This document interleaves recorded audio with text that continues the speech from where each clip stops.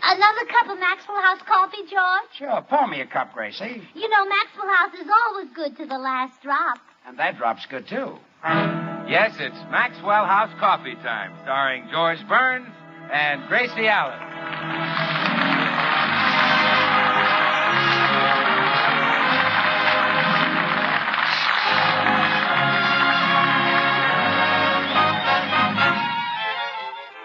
With yours truly, Bill Goodwin, the music of Meredith Wilson and his orchestra, Tommy Bernard, our happy postman, Mel Blanc, and our guest star, Eddie Cantor.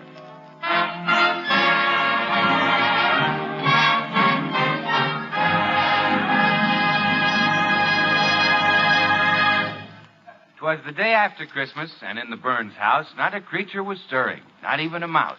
Oops, my mistake. George is stirring. You know, Gracie, I just can't get over this beautiful Christmas present Eddie Cantor gave me. $110 smoking jacket. Yes, it's hard to believe, all right, but there's the price tag hanging right on it. That was probably an oversight on the part of some clerk. Eddie would die if he knew it was on there. Well, then why does his card read, Merry Christmas from Eddie Cantor, who paid $110 for this jacket? Some clerk wrote that. Did you see what it says on the outside of the package? No. It says special delivery. What's 13 cents to a man who's already spent $110? Well, I don't care. It's a beautiful gift. Boy, $110. I'll bet that's more than he spent on Ida. Well, of course it is. He got her for nothing. I meant that's more than he spent on her Christmas present. There's something awfully strange about this, George. It's not like Eddie Cantor to spend all this money. Well, I guess he figures he can't take it with him. George, if Eddie can't take it with him, he'll find a way to send for it. There's the door. I'll answer it. Gee, $110 smoking jacket. No more of those 2 for nickel cigars while I'm wearing this. From now on, I smoke only Royal Havana Super Deluxe King Specials. 3 for a dime. That was the delivery man, George. Look, someone sent you an erector set. Erector set? Uh-huh. That's a child's toy. Somebody's trying to rib me. What does the card say? It says, to little Georgie Porgy from Santa Claus. Oh, fine. George, did you write Santa Claus a letter? This is not from Santa Claus. It's from somebody who wants to pull my leg. Oh, that's your tailor. He's always wanted to get your legs even. My legs are even. Some wise guy. Anyway, this erector set just makes me appreciate Eddie Cantor's gift all the more. $110 smoking jacket. Now, there's a present. Oh, well, don't feel so bitter about this erector set, dear. Maybe it'll be lots of fun. Look at the things it says you can make with it. A teeter-totter. A teeter-totter? Oh, jolly. Won't the fellows at the cigar store envy me when they see my teeter-totter? Well, now just I'll hide it behind my back and say, guess what, fellas? And they'll say, golf clubs? Fishing tackle? And I'll say, no, a teeter-totter. Oh, I'll answer it, dear. You play with your erector set. Play with it, my foot. I wouldn't touch the silly thing. Good morning, Mrs. Burns.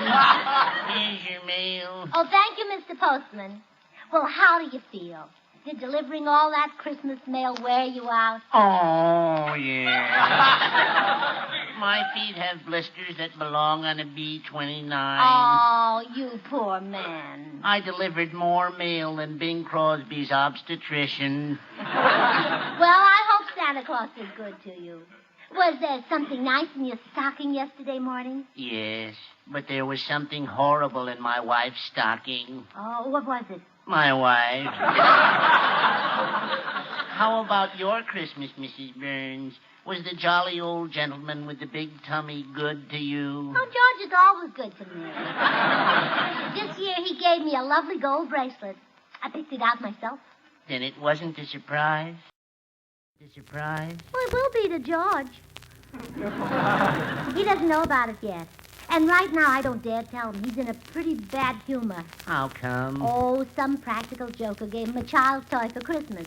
One of those erector sets. George is furious. I pulled a similar joke on my wife Bertha one Christmas. I gave her a broom. Well, what's wrong with giving your wife a broom? It had a saddle and stirrups on it. Bertha was mad as a hornet. Well, I'll bet it handed you a laugh. Laugh, I thought I'd die. And so did the doctor. Well, goodbye, Mrs. Burns. Remember, keep smiling.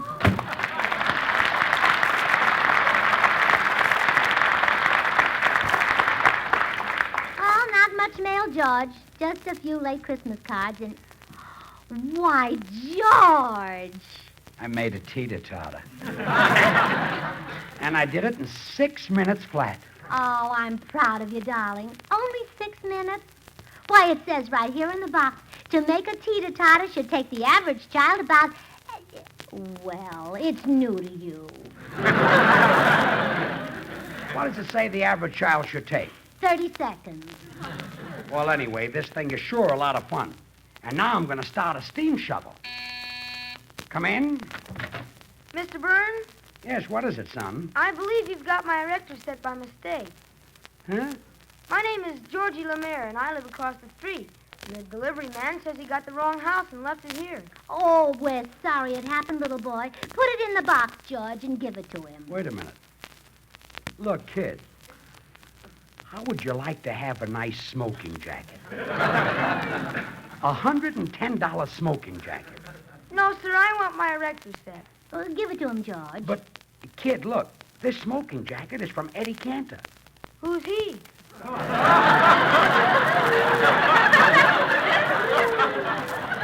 Who's he? Tell him, Gracie. Why, Sonny Eddie Cantor is the man who...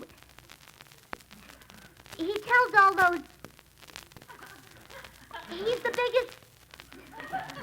Give him the erector set.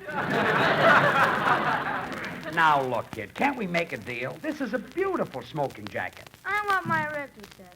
Oh, all right. But let me finish the steam shovel first. By then, he'll be old enough for the smoking jacket. Never mind. How about it, kid? I want my erector set. Now, look, I wouldn't want to use force on an 8-year-old. But I'm going to finish that steam shovel if I have to throw you down and sit on you. No, you're not. You give me that. Now let go of that. Give me Let here. go. Let go. Let go. Oh, shame on you, you bully. You let him up this instant. There. Now, you take your erector set and go home, Sonny. Did he hurt you, George?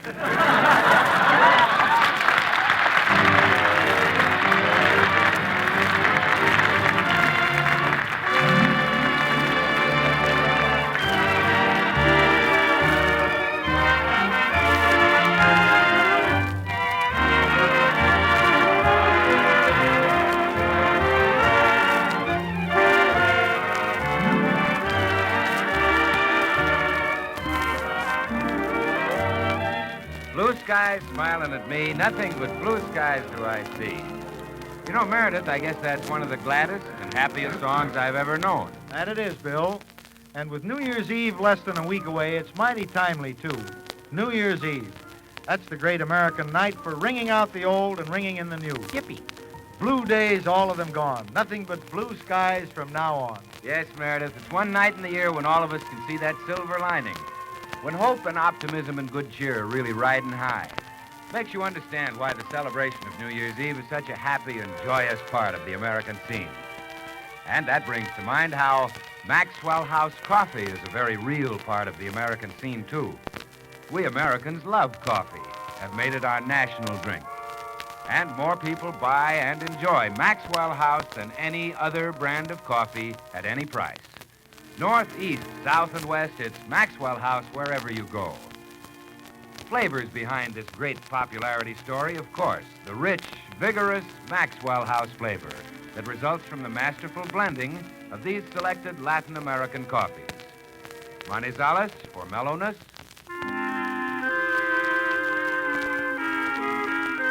Medellins for richness.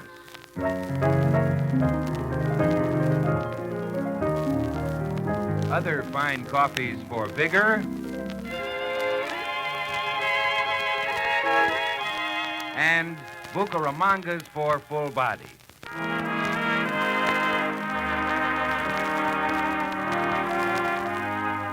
All adding up to great coffee at its flavor peak. So, friends, why not enjoy the very best in coffee goodness, coffee pleasure?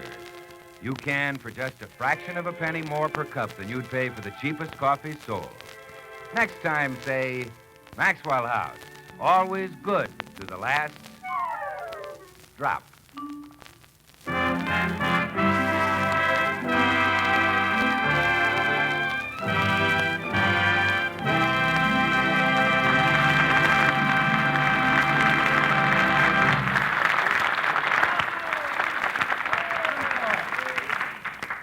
Darn kid. He would have to come after his erector set just when I was getting interested. Oh, well, never mind, dear. You'll get over it. But I wanted to finish that steam shovel. Oh, well, there. Mama will make some ice cream and let you lick the dasher. Oh, stop. Just because I happen to enjoy building things. Come in. Hello, all. Hello, Meredith. Hello. Well, what's wrong with him? Somebody took away his erector set. Oh, well, George, I don't have an erector set, but I'd be glad to lend you my set of tiddlywinks. Although it's not quite complete. Look, Meredith. All the winks are there, but in the excitement of a recent game, I broke my red tiddly.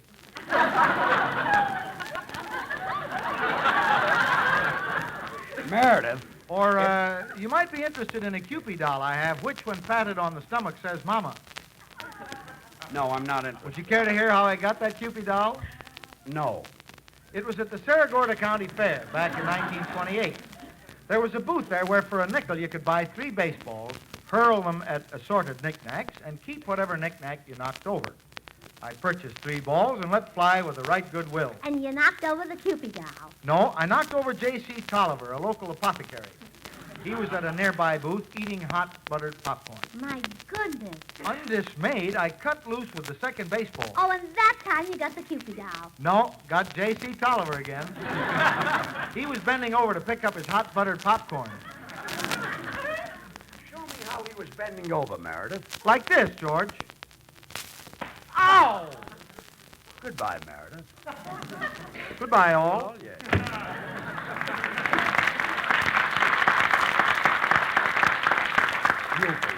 Tiddlywinks. All I want is an erector set so I can build a steam shovel. And unless you get one, there'll never be an end to this. You wait here.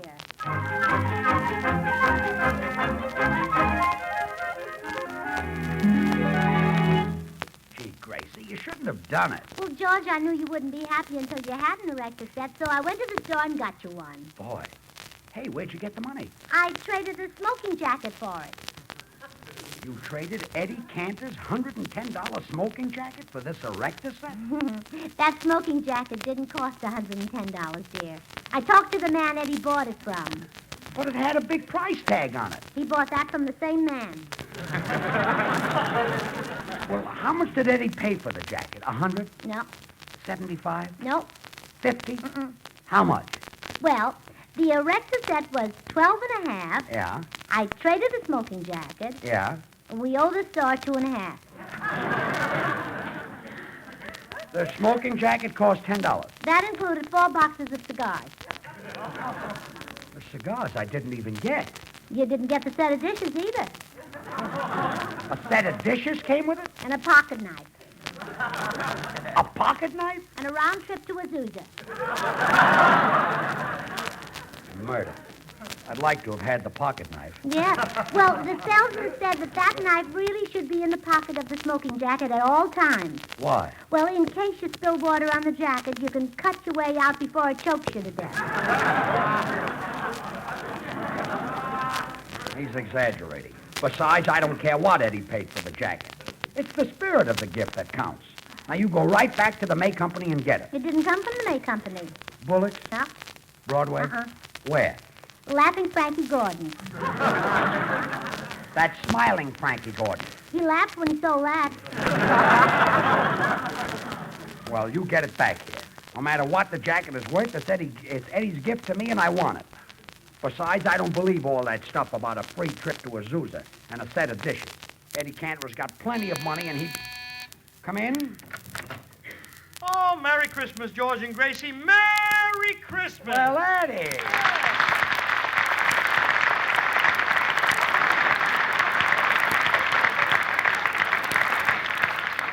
Eddie, you're a day late with your Merry Christmas. I know, Gracie. I got caught overnight in Azusa.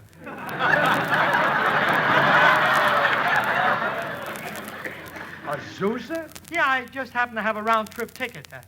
I see. Eddie, what did you give Ida for Christmas? Ida, oh, a lovely gift. A set of dishes.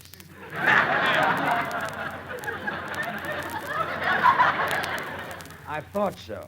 And how about your 5 daughters? Well, to Janet, the oldest one, I gave a beautiful pocket knife. Then to each of the other 4 girls, I gave a box of cigars. Cigars? Money is no object to me. But, Eddie, your daughters don't smoke cigars. Their husbands can smoke them. But won't the cigars be awfully stale by then? You... They'll be dead and buried by then. Oh, yes, oh, yes. But enough about my Christmas. Did you get the smoking jacket I sent you, George? Oh, yes. Thanks, Eddie. Oh, that's all right. What's $110 among friends? Who said anything about $110? The price tag came off? Why, how could it? I stuck it on with a Pabst beer label. Oh, well, as long as I know you got it. Well, now, how would you two like to eat dinner with me, huh? Oh, we'd love it. Well, thanks. Now, don't fix anything extra, Gracie. I'll take potluck. You're eating here? Well, yes, I want to see George in that beautiful smoking jacket I gave him. Why don't you put it on right now, George? Yes. Gracie, run get that jacket. Yeah, all right. It's in the next room. I'll be back in a half hour. Yeah. Wait a minute. It takes you a half hour to walk into the next room and back? Thick carpet. Oh, yes, yes. let me get it for you, No, huh? I just happened to think. I took the smoking jacket to the cleaners. Already? Well, yeah, George got smoke on it. I'll be right back. Well, look, my car's out front. I'll drive you to the cleaner. Oh, no, I'm too tired. I'd rather walk. Goodbye. Gee, I hope she gets it, Eddie. I wouldn't want anything to happen to a $110 jacket. Look, George, we've known each other for 25 years. You and I, well, we can be honest with each other. That jacket didn't cost $110. No? No. I put that price tag on it so as not to embarrass you. Embarrass me.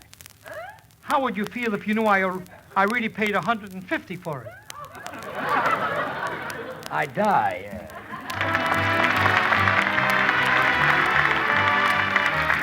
They say it's wonderful. Our nomination for the best song of 1946, Meredith Willson and his music.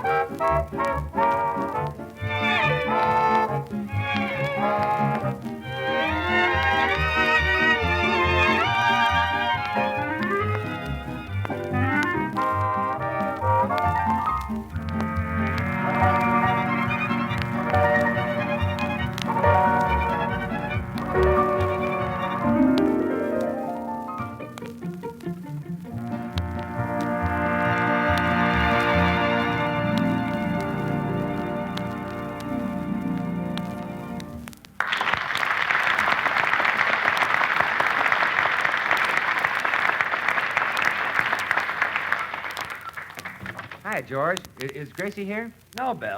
She's going to pick up my smoking jacket. You know Eddie Cantor, don't you? Oh, of course. Hello, Mr. Cantor. Oh, Bill, my boy, how are you? Looks Fine. good, yeah. Haven't been by to call on my daughters lately.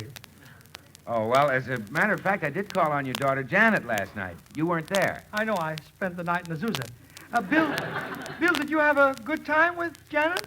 Well, Mr. Cantor, I would have, but... But what? When did she start carrying a pocket knife? Smart Christmas present I gave her. How was Ida, Bill? Was she lonesome without me? Well, I don't know. She was out seeing the Jolson story. Every night Ida sees the Jolson story? She getting passes? Tell me, were the other girls home? Oh, yes. They introduced me to a game called Break One and Get One. Break one and get one? Yeah. It seems that some schnook gave Ida a cheap set of dishes. And she wanted the girls to get rid of them, so every time I broke one, I got a cigar. A cigar? Yeah, the same schnook gave the girls cigars. I wonder who that schnook could be. Oh, by the way, Mr. Canner, speaking of the Jolson story, I think they should do a picture about you. No. How would that sound, the schnook story? It's no good. It wouldn't work out. Well, really, I think it's a great idea, Mr. Canner. Now, Jolson had to have a handsome young fella named Larry Parks to play his part, but you wouldn't need him.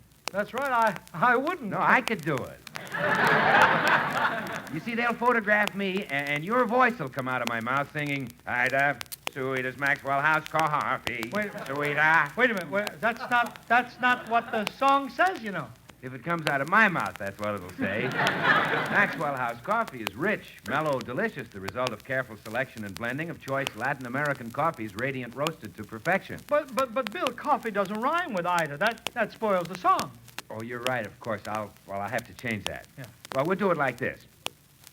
Sophie, sweet as Maxwell House coffee. Bill, William, good one. Well, no. what's the matter now? That rhymes. It not only has rhyme, but reason, because more people buy and enjoy Maxwell House than any other brand of coffee in the world. Oh, Bill, stop teasing Eddie. There's only one way that song can go, like this. Ida, sweet as apple cider. Oh, Ida.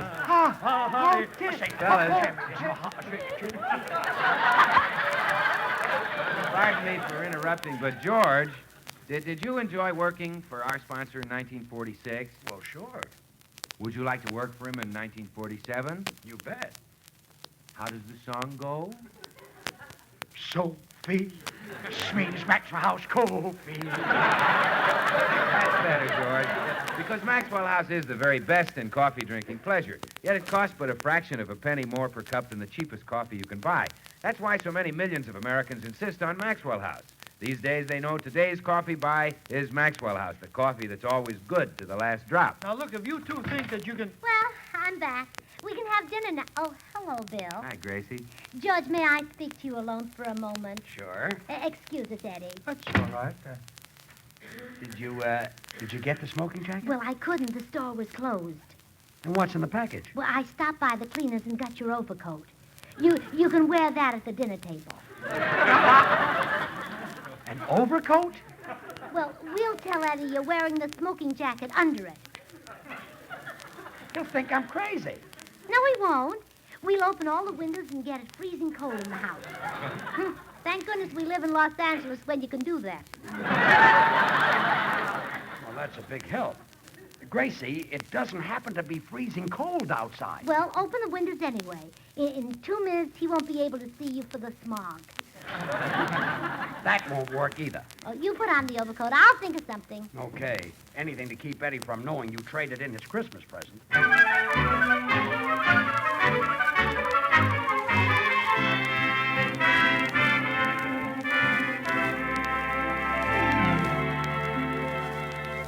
All right, Eddie.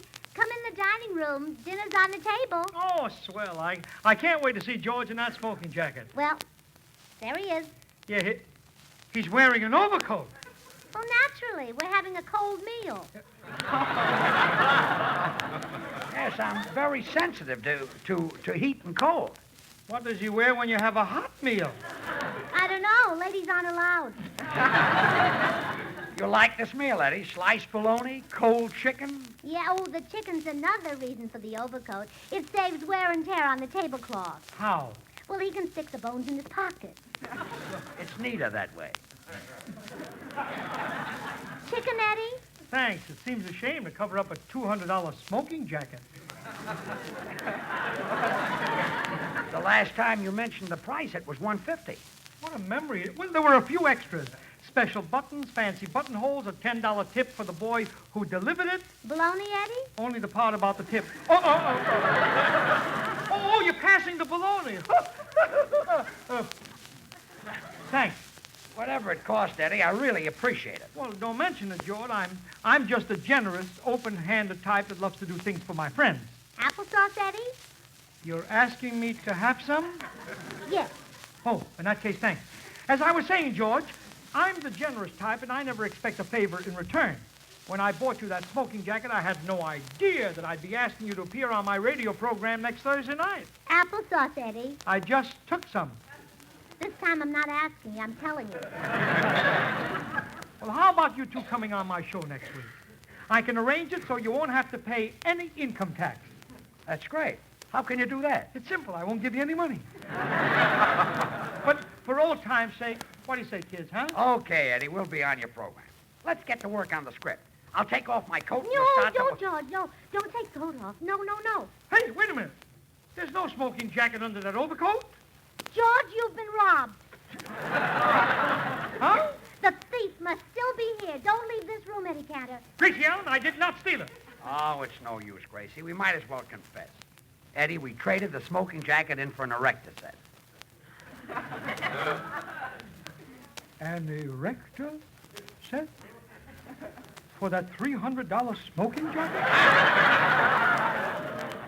That came with gold buttons and velvet lapels and silk lining that lit up with neon signs? A set of dishes and a pocket knife. And a round trip to Azusa? Oh, you know about that. Eddie, we know the jacket cost $10. Gee, I'm sorry. Kids, naturally, now I can't ask you to appear on my program for nothing.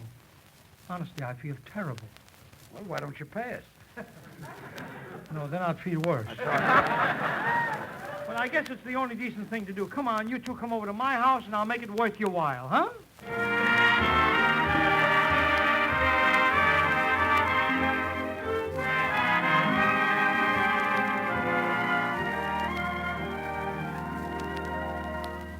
Well, thanks again, Eddie. Not at all, Gracie. I'll see you and George on my program next Thursday night. Goodbye. Goodbye, Eddie. Goodbye, children. Well, Gracie, what did Eddie give you? George, I'll never have to ask you for money again. You won't? No. Whenever I want some, I'll just pull this pocket knife on you. Oh.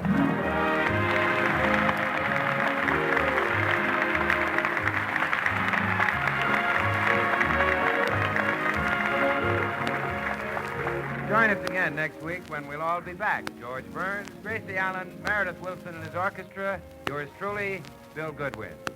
The George Burns and Gracie Allen Show is written by Paul Henning and Keith Fowler. Until next Thursday, then, good night and good luck from the makers of Maxwell House, America's #1 preferred brand of coffee. Always Thursday, that good is. to the last drop. Come on, Gracie, I'll take you to a movie. Oh, take me to see The Yearling. I'm dying to see that. Yeah, I understand there's a cute little deer in it. Oh, I'll say there is. Gregory Peck. By cute little deer, I didn't mean Gregory Peck. Oh, Jane Wyman, huh? No, I mean there's a little dough in the picture. A little dough. I'll bet it makes a fortune. Good night, folks, and Happy New Year. Happy New Year.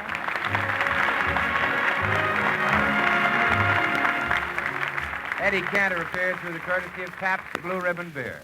And now stay tuned in for Noah Webster Says, which follows immediately over most of these stations. Don't ever say that again. Don't ever say what again. No matter how clean I get my wash, it never looks really white. But it's a fact. Not if you blue with La France. La France gets clothes snowy, sparkling, dazzling white. Always? Always. Even when you have to dry your clothes indoors, a La France blued wash is a really white wash. And remember, too, La France gets rid of the separate bluing job. You dissolve La France right along with your soap, and it blues while you wash. Hurrah for La France. The bluing flakes used by more women than any other.